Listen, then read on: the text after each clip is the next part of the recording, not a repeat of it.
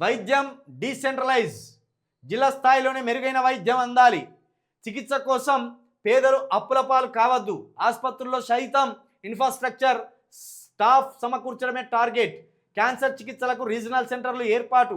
ప్రభుత్వ ఆసుపత్రుల్లో private medical షాపులకు నో పర్మిషన్. జర్నలిస్టులు, ఉద్యోగుల హెల్త్ కార్డుల కోసం కొత్త వ్యవస్థ. దిశతో మంత్రి దామోదర రాయనరసింహ. వైద్యం డీసెంట్రలైజ్ కావాల్సిన అవసరం ఉన్నదని మంత్రి దామోదర రాయనరసింహ అన్నారు. ఇందుకోసం జిల్లా ఆసుపత్రులు, టీచింగ్ హాస్పిటల్స్లో గాంధీ, ఉస్మానియా, నీమ్స్ తరహా సేవలు అందేలా ఏర్పాట్లు చేస్తున్నట్టు తెలిపారు. దిశతో మాట్లాడిన ఆయన పలు ఆసక్తికర విషయాలు వెల్లడించారు. ఆసుపత్రుల్లోని అన్ని విభాగాలను పటిష్టం చేస్తే హైదరాబాద్కు రెఫరల్ వ్యవస్థ తగ్గుతుందని, తద్వారా పేషెంట్లకు అవసరమైన చికిత్స సకాలంలో అందడమే కాకుండా గోల్డెన్ అవర్ మిస్ కాకుండా ఉంటుందని పేర్కొన్నారు. గోల్డెన్ అవర్ అంటే ప్రాణం పోతుండగా కాపాడడానికి గోల్డెన్ అవర్ అంటారు అన్నట్టు. ఆ గోల్డెన్ అవర్ మిస్ కావద్దు, గోల్డెన్ అవర్ మిస్ కాకముందే ప్రాణాన్ని కాపాడాలని అంటాను. ఇంకోటి ఏంటంటే, ఈ వైద్య వ్యవస్థ అనగానే మనకు ఏదైనా పెద్ద ప్రమాదం జరిగి ప్రాణాల మీదకి వచ్చింది అనగానే జిల్లాల నుండి హైదరాబాద్కు రావాలి. నిమ్స్ హాస్పిటల్లో, లేకపోతే ఇక్కడ ఉన్న గాంధీ హాస్పిటల్లో, ఇంకో ఉస్మానియా హాస్పిటల్లో. ఇవే మనకు ప్రాణాధారమైనవి. పేదల ప్రాణాలను కాపాడడానికి ఇవే మనకు ముఖ్యమైన వైద్యశాలలు. అది వరంగల్లో జరిగినా, లేకపోతే ఈ మహబూబ్నగర్లో జరిగినా, ఇంకో ఖమ్మంలో జరిగినా అందరూ ఉరికొచ్చి హైదరాబాద్కి.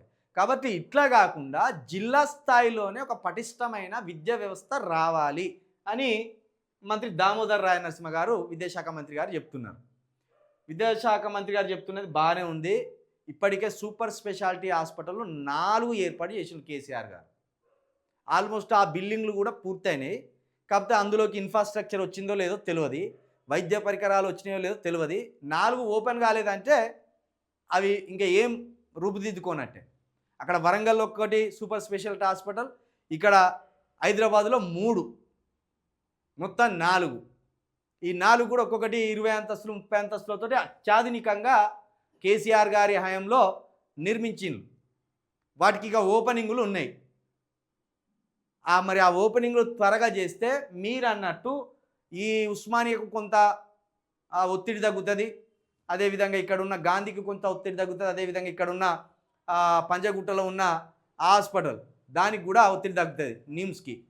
కాబట్టి తొందరగా చేయండి. మీరు అన్నది కరెక్టే, 100% నిజమే. ఇందులో కొన్ని హాస్పిటల్ ఉన్నాయి, ఎక్కువ మంది రోగులు ఉన్నారు, సకాలంలో వైద్యం అందక అందరు చనిపోతున్నారు. కాబట్టి హాస్పిటల్కి సంబంధించి వ్యవస్థ ఇంకా విస్తరిస్తూ పోవాలి.